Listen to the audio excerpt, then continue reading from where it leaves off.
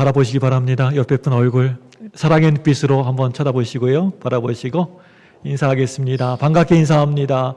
사랑하고 축복합니다. 네, 앞뒤로 인사합니다. 사랑하고 축복합니다.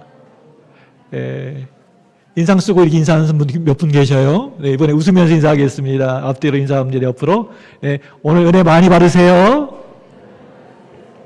네, 5월은 가정의 달입니다. 네, 행복한 여러분이 되었으면 좋겠습니다. 네. 여러분들은 친구가 몇 명이나 되세요? 네, 내 친구가 몇 명 있나요? 주변에? 지금 머릿속에 딱 하고 떠오르는 친구는 누구인가요? 사실 여러분, 이런 질문을 하려면 먼저 친구에 대한 정의부터 생각해 볼 필요가 있습니다. 내 옆자리에서 이 시간 함께 예배 드리고 있는 분은 친구일까요? 옆에 분 바라보세요. 친구예요? 아니에요? 네. 친구 같기도 하고 아닌 것 같기도 해요? 친구예요? 예. 아니면 예배 다 끝나고 함께 김밥 먹는 사이 그 사람이 친구일까요? 여러분? 과연 누가 친구인지 이 질문이 아주 너무나도 중요한데요. 옥스퍼드 대학교의 로빈 덤바 교수는 친구에 대해서 아주 흥미롭게 정의를 내리고 있습니다. 공항에서 누군가를 기다리고 이렇게 앉아 있다가 우연히 아는 사람을 딱 만났는데 그냥 모른 척 하면서 지나치지 않고 옆에 앉아서 함께 시간을 보내고 싶은 사람이 바로 그 사람이 친구라는 거예요. 여러분, 꽤 그런대로 재미있는 접근 같죠? 제가 언젠가 서울에서 일이 있어가지고 서울에 있다가 광주에 가려고 김포공항에 갔을 때 일인데요.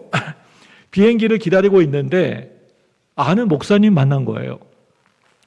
목사님 어디 가세요? 광주 갑니다. 어떤 비행기 타세요? 아시아나요.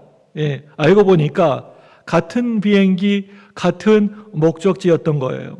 그래서 한참 동안 얘기를 나눴는데 이런 관계가요, 바로 친구라는 것이지요. 좀 더 쉽게 말하면 인간관계를 통해서 평생 우리가 맺을 수 있는 친구가요, 많게는 한 사람이 많게는 평생 약 150명 정도까지 가능하다라고 합니다. 이 친구의 관계가. 덤바 교수는요, 이 분야에서 세계적인 권위자인데요, 우정의 원이라는 개념을 만들었어요. 여러분, 우리 그림 한번 보여주실까요? 예. 이 오늘 눈을 크게 뜨고 봐야 되겠네요. 예. 여러분, 이 오늘 보시면 친구의 친밀도가 여러 단계로 나누어집니다. 예, 그림 자세히 보시기 바랍니다. 어떤 친구들이 있는지. 예, 제일 끄트머리에 보면 바깥에 얼굴만 아는 사람이 있고요. 예, 그 다음에 이름을 아는 사람, 그 다음 지인, 좋은 친구, 친한 친구, 그리고 절친한 친구까지 참 많고 다양하죠. 그렇다면 이 중에서 여러분 진짜 친구는 누구일까요? 여러 이제 단계들이 있는데 어느 친구가 진짜 친구일까요? 여러분 생각에는요. 절친한 친구는요, 보통 5명 정도라고 합니다. 인간관계가 그 사람이 아무리 넓어도 정말 깊은 관계에 있는 사람은 그 정도라는 것이죠. 그리고 이 절친한 친구 관계는 아주 너무나도 중요하다라고 얘기를 하고 있습니다. 최근에 과학자의 연구에 따르면요, 이러한 절친한 친구가 많으면 많을수록, 우리가 살아가면서 많으면 많을수록 더 건강하게 오래오래 산다라는 그러한 연구 결과도 나왔습니다. 이 절친, 영어로 하면 베스트 프렌드라고 하는데 오늘 말씀에 등장하는 욥에게도 이런 친구들이 있었다라는 것입니다. 욥처럼 세상에서 성공하는 사람들을 보게 되면 그 공통점 중에 하나가요, 인간관계입니다. 비즈니스를 하든지 정치를 하든지 큰 영향력을 가진 사람들은요, 다들 좋은 인간관계를 가지고 있다라는 것을 알 수가 있습니다.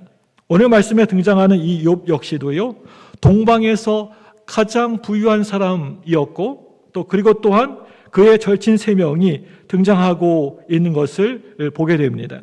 욥기 2장 11절 말씀을 보시면 그 이름들이 욥의 세 친구들의 이름이 쭉 나오는데요. 우리 2장 11절 말씀 볼까요?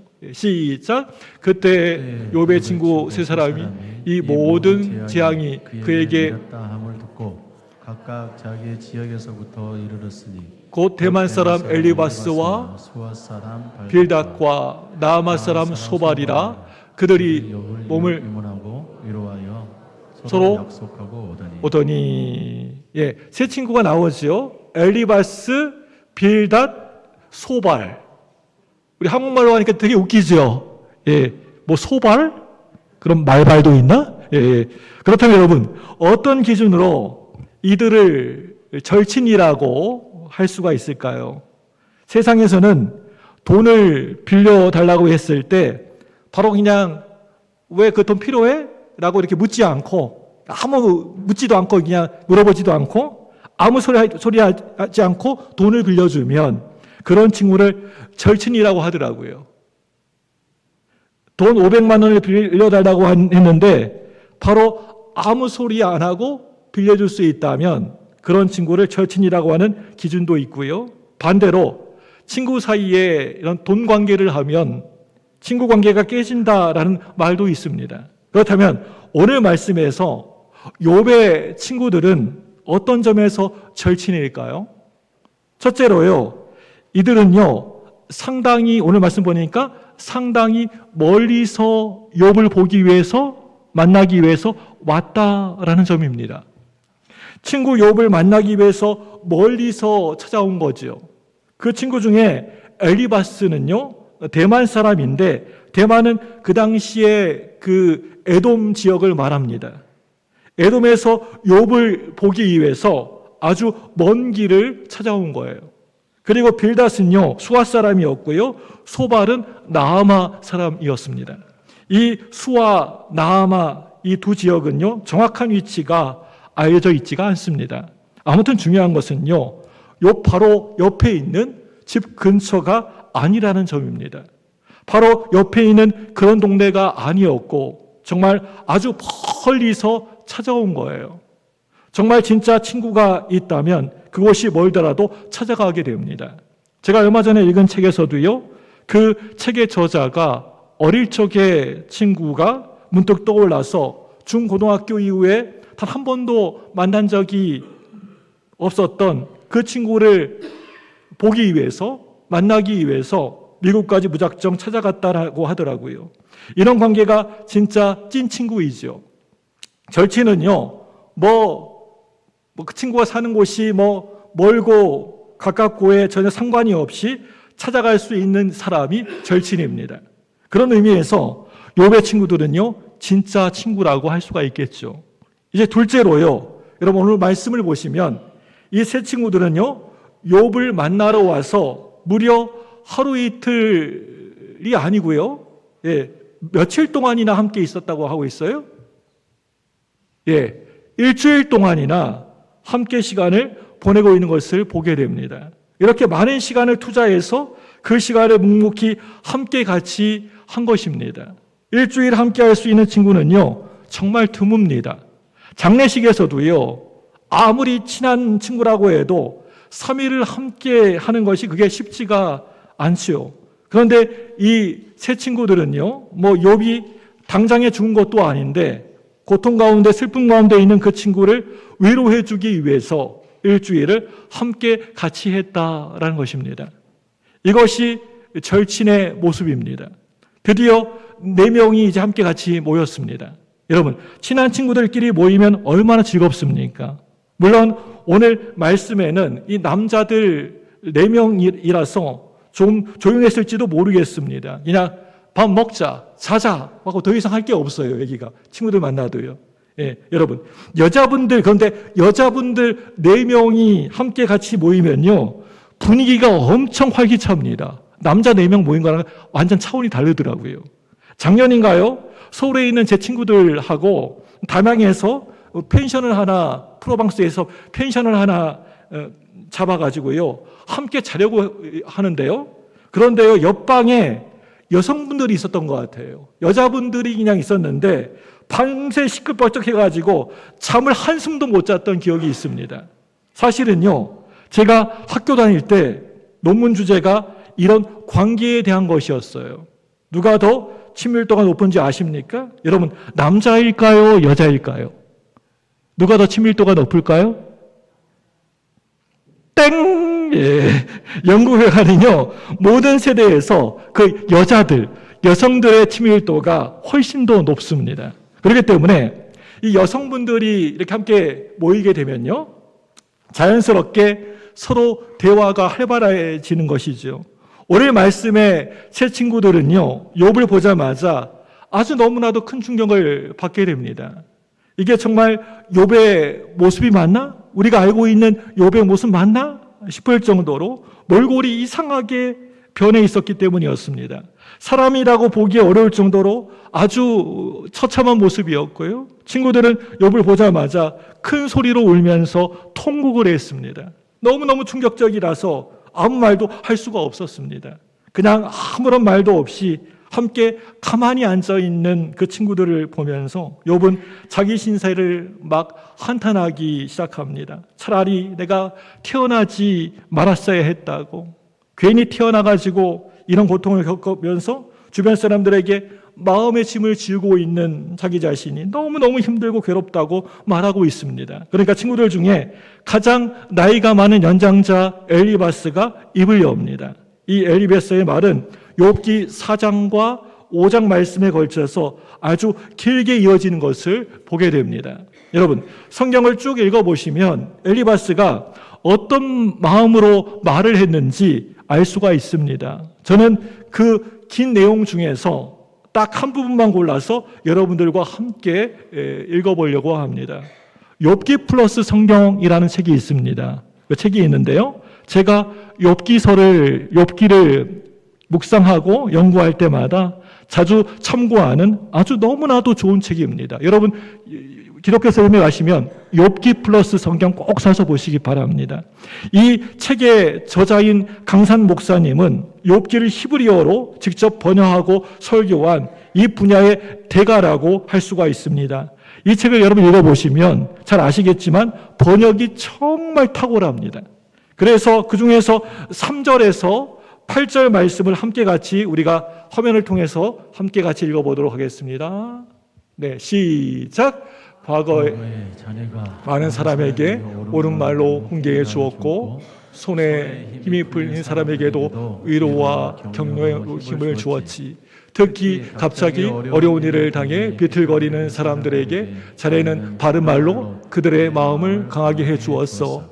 그런데 정작 자네에게 어려운 일이 닥치자 어째서 그토록 비틀거리고 힘들어하는가? 자네는 거룩한 삶을 지금까지 의지해왔고 온전한 삶을 자부해 오지 않았는가? 그런데 지금 그 당당하고 자신만만했던 태도는 다 어디로 갔는가? 자, 이제 생각을 해보게나.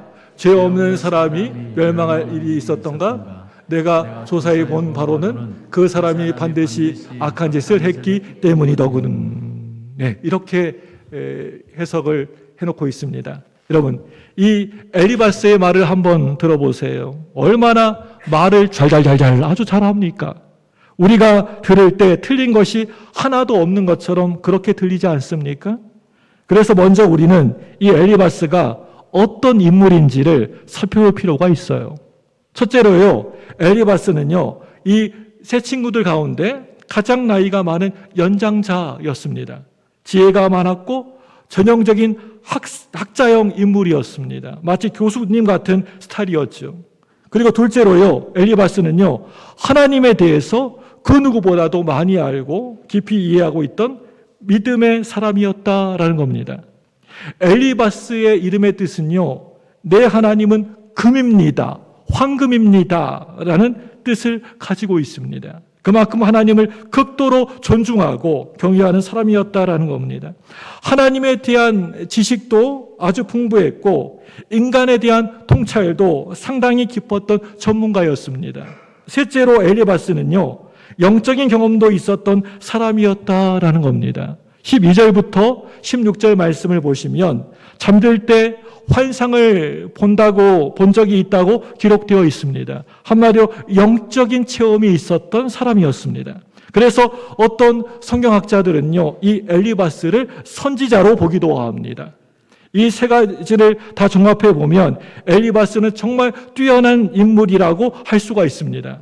이런 뛰어난 사람이 내 삶에 짠 하고 등장해서 나에게 이런저런 좋은 말들, 힘들 때 조언을 해준다면 아마 그 조언을 충분히 받아들일만 하지 않겠습니까? 우리 주변에도 이런 사람들이 있죠. 교회 안에서 성장하는 과정 속에 정말 뛰어난 친구가 있을 겁니다. 지금도 있을 수가 있죠. 공부도 아주 꽤 잘하고 명문대를 나왔고 신학까지 하게 된 친구. 그런데 이 친구는요, 믿음 생활도 정말 너무 잘하는 거예요. 하나님밖에 모르는 사람처럼 1년에 성경을 기본 5번, 6번씩 읽고 목회자들이 보는 신학서적까지 다 섭렵하는 열정적인 사람입니다. 교회에서 사람들에게 존경을 받을 만한 이런 뛰어난 친구가 내 삶에 들어와서 개입해서 이런저런 조언들을 해준다면 여러분, 그 조언을 안 들을 이유가 없겠죠, 여러분. 아무튼 엘리바스가 바로 그런 인물이었다라는 거예요. 오늘 말씀을 통해서 알 수가 있는 것은요, 엘리바스의 신학이 있는데 그게 바로 보응신앙이라는 것입니다.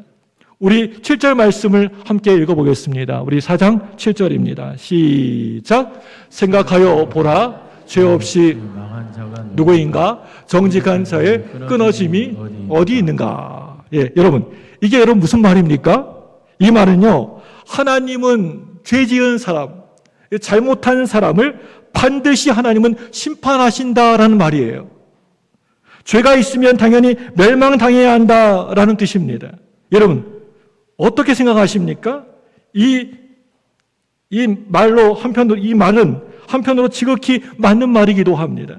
사람이 죄가 있으면 죄값을 치러야 되는 것이죠. 그런데 만약에 하나님이 우리가 지은 죄를 그때그때 기억하셔가지고 그 즉시 바로 하늘에서 우리가 잘못하고 실수하고 죄 지을 때마다 하늘에서 번개를 내리셨다면 과연 이 자리에 이곳에 남아있을 사람이 누가 있을까요?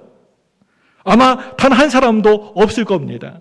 이렇게 단편적인 신앙을 모든 상황에 다 그대로 적용한다라는 것은 좀 무리가 있다라고 생각을 합니다.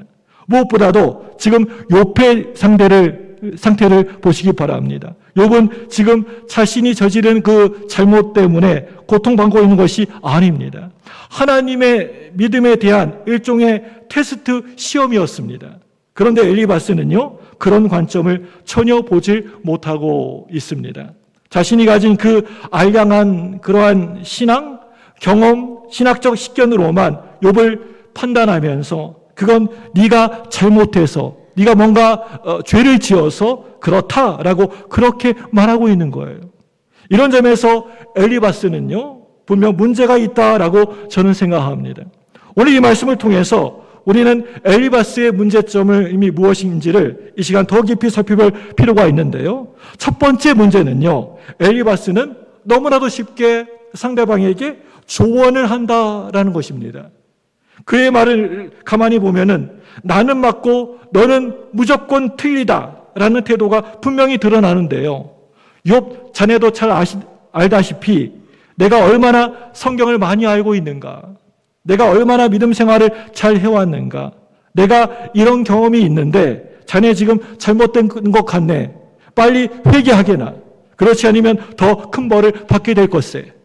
지금 이런 식으로 욥에게 말하고 있는 거예요. 내가 너보다 신앙의 연륜이 많고 뛰어나니까, 내가 믿음이 더 너보다 좋으니까 너는 내 말을 들어야 하는 것이고 내 말이 맞다라는 식의 접근을 하고 있는 것이죠. 우리의 삶을 돌아보면 우리 역시 우리 남에게, 다른 사람에게 조언하는 것을 참 좋아하는 것 같아요. 흔히 이걸 다들 오지랖이라고 하죠. 옆에서 보면 너무나도 답답한 거예요. 막 도와주고 싶습니다. 그래서 개입해서 조언을 해줍니다. 요즘 MZ세대들 30대 직장들에게 한번 물어봤습니다. 40대 선배들에게 바라는 게 뭐냐고요. 그랬더니 조언하지 말아달라라고 했습니다. 듣기가 싫다는 거예요. 그 소리가 조언이 잔소리처럼 듣기 싫다는 거예요. 그런데 50대 상사들에게는 그 조언을 40대에게 그대로 해달라고 하는 거예요. 자신들은 듣기가 싫다라는 것이죠. 이게 요즘 시대의 흐름입니다. 사람들은 별로 원치 않습니다. 우리는 누군가에게 도움을 주기 위해서 조언을 하지만 그 조언이 과연 얼마나 도움이 될까요? 뉴욕 대학교 심리학 교수가요, 힘든 시기에 있는 연인 사이에서 조언이 스트레스와 어떤 관계가 있는지를 연구 조사를 했습니다. 노스쿨에 다니는 99명의 커플을 대상으로 했는데요. 결혼을 준비하는 서로 사랑하는 사이입니다. 조언을 받은 날과 받지 않는 날의 스트레스를 비교했는데 스트레스가 더 올라간 날은 조언을 받지 않는 날이 아니라 조언을 받는 날이었다라는 것입니다. 여러분, 왜 그럴까요? 조사를 해보니까 누군가에게 자꾸만 무슨 소리 조언을 받게 되면 자신이 무능하게 느껴진다라는 겁니다. 또 조언을 받게 되면 그 사람에게 빚진 마음이 생기고 조언을 따르지 못했을 때 부담감과 압박감이 생겨서 스트레스가 또 올라간다라는 그런 조사 결과가 나왔습니다. 우리는 이런 상황에서 자주 실수할 때가 있습니다. 너무 쉽게 우리 상대방에게 남에게 조언합니다. 교회에서도 편한 관계이다 보니까 너무 쉽게 말을 툭 하고 던질 때가 말할 때가 있습니다. 그러다가 상처가 되는 경우가 많지요. 처음 교회에 오신 분들은 교회 문화도 관계도 잘 모릅니다. 낯설어가지고 잘 모릅니다. 그런 가운데 도움을 준다고 한마디 툭 던졌는데 그게 그 사람에게 엄청난 상처가 되는 경우가 생각보다 많다는 거예요. 이런 문제는 교회를 오래오래 다니는 사람들, 특별히 우리 중직자들에게 더 많이 나타납니다. 야고보 사도는 분명히 말합니다. 야고보서 3장 6절 말씀 볼까요? 함께 같이 읽습니다. 시작. 혀는 곧 불이요 불의의 세계라. 혀는 우리의 지체 중에서 온몸을 더럽히고 삶의 수레바퀴를 불사르나니 그 사르는 것이 지옥불에서 나느니라. 네, 아멘. 혀는 뭐라고 해요? 뭐 같다고요? 불과 같아가지고 모든 것을 다 태워버린다라고 하고 있습니다. 우리 야고보서 3장 8절 말씀도 함께 읽어보겠습니다. 네. 시작. 혀는 능히 길들임한 사람이 없나니 쉬지 않는 악이요 죽이는 독이 가득한 것이라. 혀는 길들일 수 없는 악이고 죽이는 독이라고 하고 있습니다. 지금 엘리바스는 욥을 도우려고 조언하고 있지만 그 조언은 욥에게 전혀 아무런 도움이 되고 있지가 않습니다. 그래서 서구권에는 욥의 친구들이라는 표현이 생겼습니다. 이 말은요, 그렇게 좋은 뜻이 아닙니다. 경우에 맞지 않은 말을 하는 사람, 피상적인 위로자라는 그런 뜻을 가지고 있습니다. 지금 엘리바스의 조언이 바로 그런 모습이라는 겁니다. 이제 두 번째로요, 이 엘리바스의 문제는요, 상대방의 어려움의 원인을 너무 쉽게 속단했다라는 거예요. 우리는 보통 누군가가 어려움을 당하게 되면 그 원인이 무엇인가, 왜 저렇게 어려움을 당할까, 저렇게 왜 힘든 일을 당할까 하면서 그 원인이 무엇인가 하면서 원인을 막 분석하려고 하죠. 이것은 인간이 가진 일반적인 습성, 본성이라고 할 수가 있겠지요. 이스라엘과 이란의 전쟁에 발발했습니다. 많은 인명피해가 발생하고 있죠. 우리는 그걸 보면서 자연스럽게 지금 이 전쟁의 원인이 무엇인가라고 묻게 됩니다. 우크라이나와 러시아 전쟁도 마찬가지예요. 늘 우리는요, 그 이유를 찾아내려고 합니다. 그 이유가 뭔가 하면서 생각을 많이 하게 됩니다. 마찬가지로 누군가가 고난 가운데, 어려움 가운데 있을 때 교인들 중에서 그런 사람이 있을 때에도 우리는 왜 저 사람, 저 성도님이, 저 집사님이 저런 고통, 저런 고난을 당하고 있을까라고 접근할 때가 많다는 것입니다. 지금 엘리바스도 똑같아요. 욥에게 임한 고난의 원인을 찾고 싶어 합니다. 왜 저렇게 됐을까? 저렇게 어려움 당하고 고난 당하고 있을까? 원인을 찾으려고 하고 있습니다. 그게 돕는 것이다 라고 생각을 하는 것이죠. 욥, 모든 고난에는 이유가 다 있는 거야. 그 이유는 바로 자네의 잘못 때문이야. 빨리 죄를 인정하고 회개해야 돼. 하나님께 돌아오면 고난이 사라지게 될 거야. 엘리바스는 이렇게 고난의 원인을 쉽게 단정 속단해 버립니다.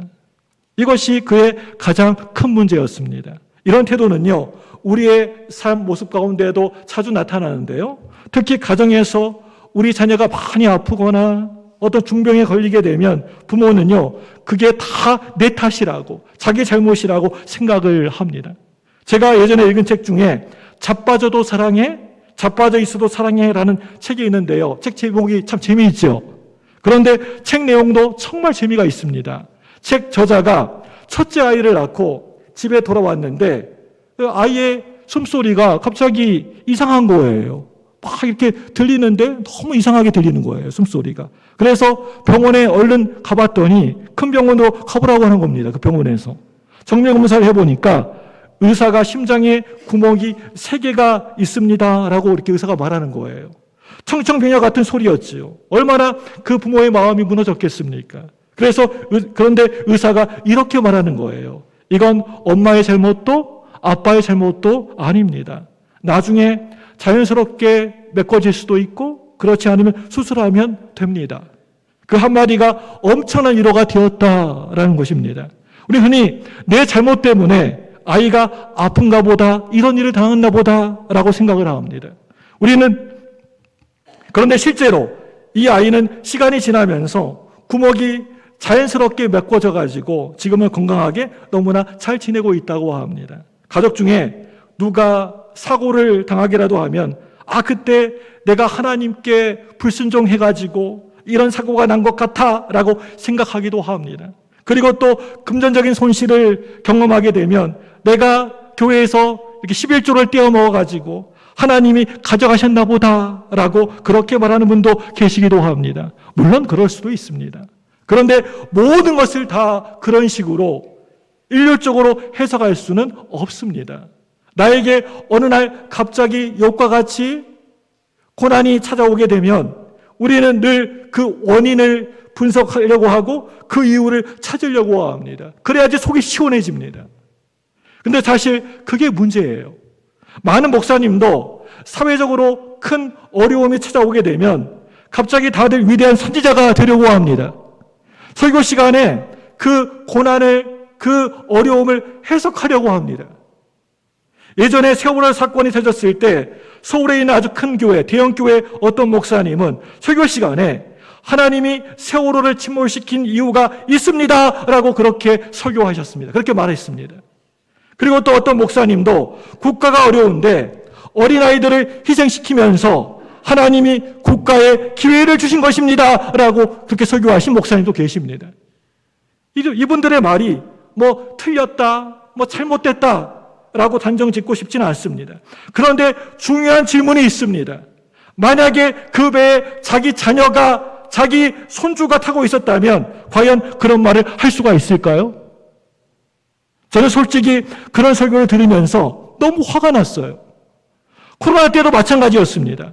많은 목사님들이 앞다투어서 다들 선지자들이 되었습니다. 중국의 가난이 심해지자 하나님이 코로나를 보내서 심판하셨다. 공산주의를 멀리하라는 하나님의 계시다.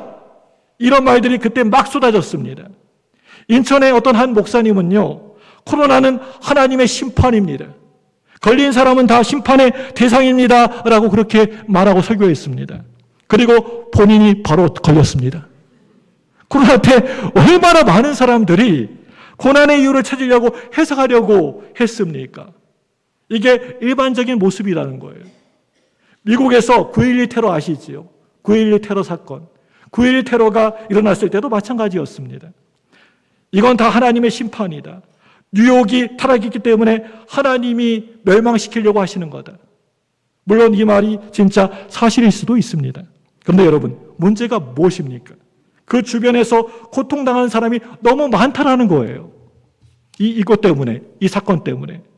이런 설교가 계속 나오자 많은 청년들, 젊은이들이 교회를 다 떠나버리고 말았습니다. 더 이상 이런 설교 못 듣겠다. 교회에 이제 안 나간다. 그때 뉴욕 맨하튼에서 교회를 개척해 목회했던 팀 켈러라는 목사님이 계셨는데요. 이 목사님은 9.11로 너무 많은 사람들이 죽고 교인들의 가족도 지인들도 피해를 입은 그런 상황을 보면서 이렇게 말했습니다.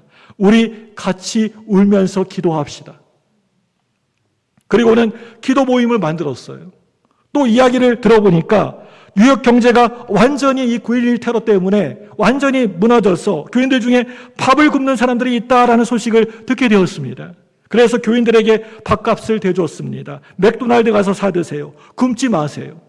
그래서 그렇게 접근을 하니까 9.11 이후에 리디머 교회, 팀 켈러 목사님의 리디머 교회는요, 폭발적인 부흥 성장을 이루게 되었다고 합니다.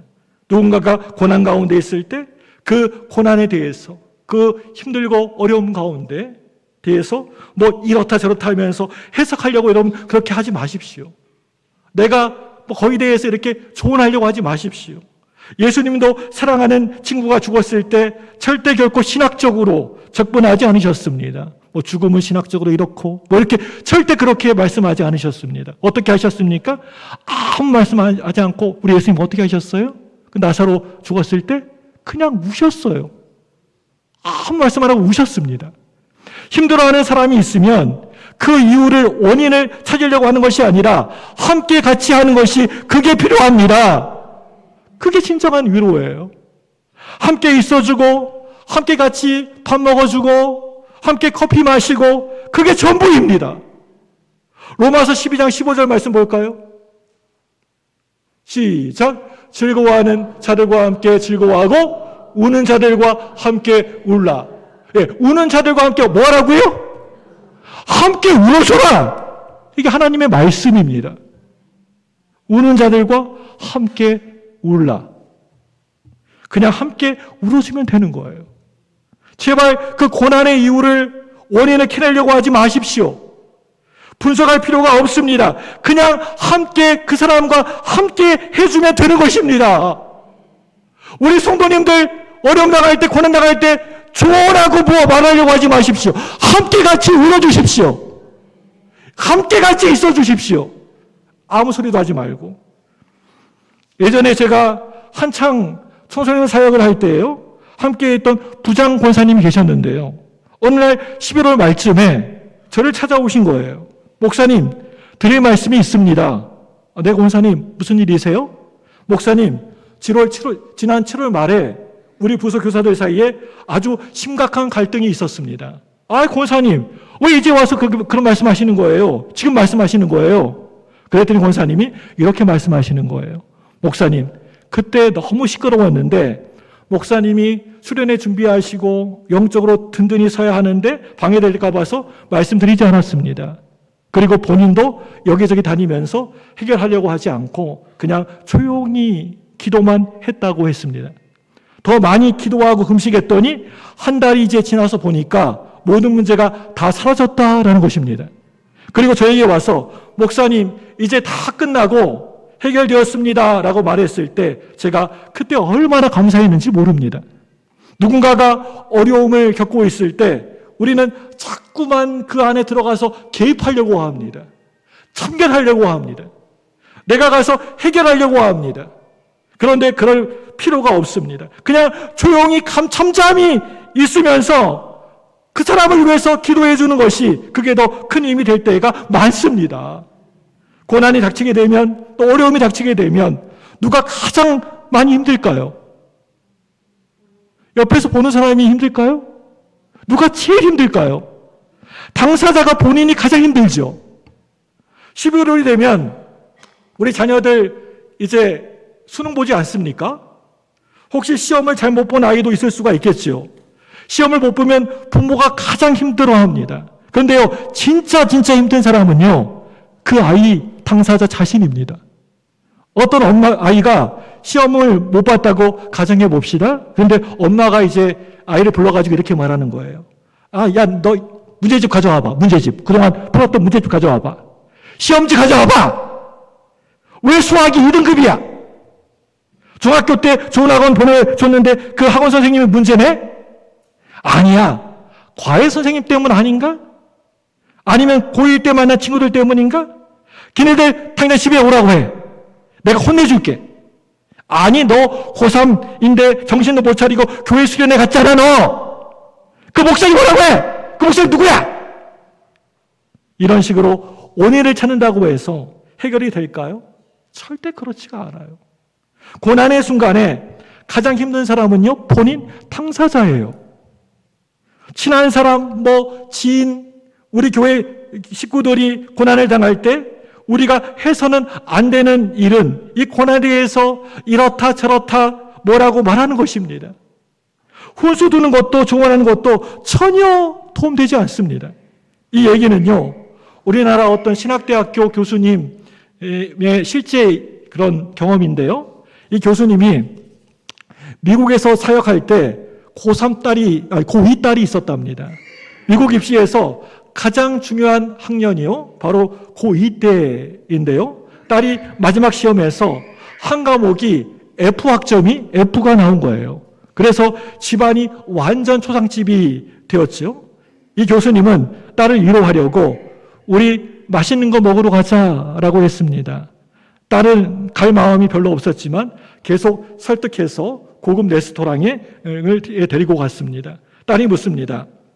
아빠, 우리 여기 왜 왔어? 그러니까 아빠가 이렇게 말합니다. 우리가 여기에 온 이유는 셀레브레이션을 하러 온 거야. 아빠, 셀레브레이션이 뭐야? 네가 시험을 잘 봤어도 셀레브레이션을 했을 텐데 못 봤기 때문에 셀레브레이션을 하는 거야. 여러분, 이런 여유가 필요합니다. 안 됐을 때 도닥도닥 이렇게 위로해주고 칭찬해주는 여유 말입니다. 분위기가 좀 밝아지자 아빠가 딸에게 묻습니다. 학교에서 무슨 일이 있었니? 그래서야 딸이 말합니다. 우리 반에서 집단 컨닝을 했어요. 모험 답안을 돌렸는데 저는 신앙 양심상 그걸 버리고 그냥 시험을 쳤어요. 그런데 상대평가라서 다른 아이들은 다 높은 점수를 받았는데 저만 낮은 점수를 받아서 F가 나온 거예요. 그 얘기를 들은 아빠는 딸이 얼마나 사랑스럽고 귀하게 여겨졌겠습니까? 너 대학 안 가도 괜찮아. 이렇게 사는 게 훨씬 귀한 거야. 가족들이 딸을 위로했습니다. 그리고 대학 원서를 쓸 때 딸은 에세이를 쓰게 되었는데 미국은 에세이를 쓰게 됩니다. 에세이를 쓰게 되는데요. 제목이요. 셀레브레이션이었습니다. 그 얘기를 그대로 썼고 결국 미국의 명문대학교에 합격하게 되었다는 간증을 들었습니다. 우리가 살아가면서 우리의 자녀나 친구가 어려운 고난 겪을 때가 있습니다. 그래서 우리는 도와주려고 다가가지만 오히려 그 사람에게 훈수를 두거나 실수할 때가 참 많습니다. 우리 자녀가 고난당하고 있을 때 분석하는 것이 그게 도움이 되는 것이 아닙니다. 그냥 함께 같이 해주는 것입니다. 그러면 됩니다. 친한 친구가 고난을 당할 때 가장 중요한 것은요, 무슨 조언, 훈수, 해석도 아닙니다. 함께 같이 그 친구와 함께 있어주는 것입니다. 제발 아무 말 하지 마시고 그냥 함께 같이 있어 주십시오. 울어 주십시오. 조용히 기도해 주십시오. 오늘 이 말씀을 통해서 우리가 이런 모습을 닮아가기를 원합니다. 이 모습을 본받아가는 우리 모두가 되시기를 주님의 이름으로 간절히 축복합니다. 우리 이 시간